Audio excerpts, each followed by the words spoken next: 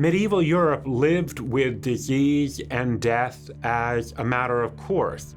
There was high infant mortality, many diseases, people lived short lives. And so they lived their lives with the shadow of death. Living with death, preparing for death, was already part of the medieval sensibility. The plague was, however, catastrophic in many ways. The number of people who died in only a few years was unprecedented. Around 20 million people died, which is about a third of the population at the time. Of course, that meant that many people's thoughts and ideas turned even more towards death.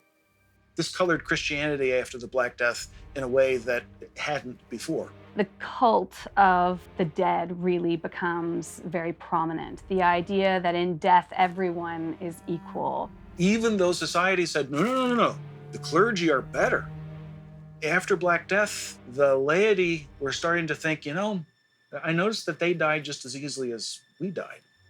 There's a very famous artistic trope of the dance of death.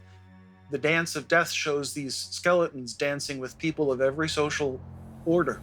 Popes, kings, rich women, knights, poor people, all dance with death. As a result of this, there is a real emphasis on praying for the dead, the role of purgatory. The medieval view of purgatory is that when you died, you went to a sort of in-between place of torment and of purification. So even if you believed in God, you believed in the death of Jesus, you still understood that you were going to have to suffer for the sins that were not forgiven during your life. And that meant, of course, that you could keep praying for people who are in purgatory. I mean, if you have relatives who have died, it's your responsibility to pray for them, to urge them on in their suffering so that they can get from purgatory into heaven. In the immediate wake of the plague, various penitential movements sprang up. Some of them were, in fact, alarming to the church in their fanaticism.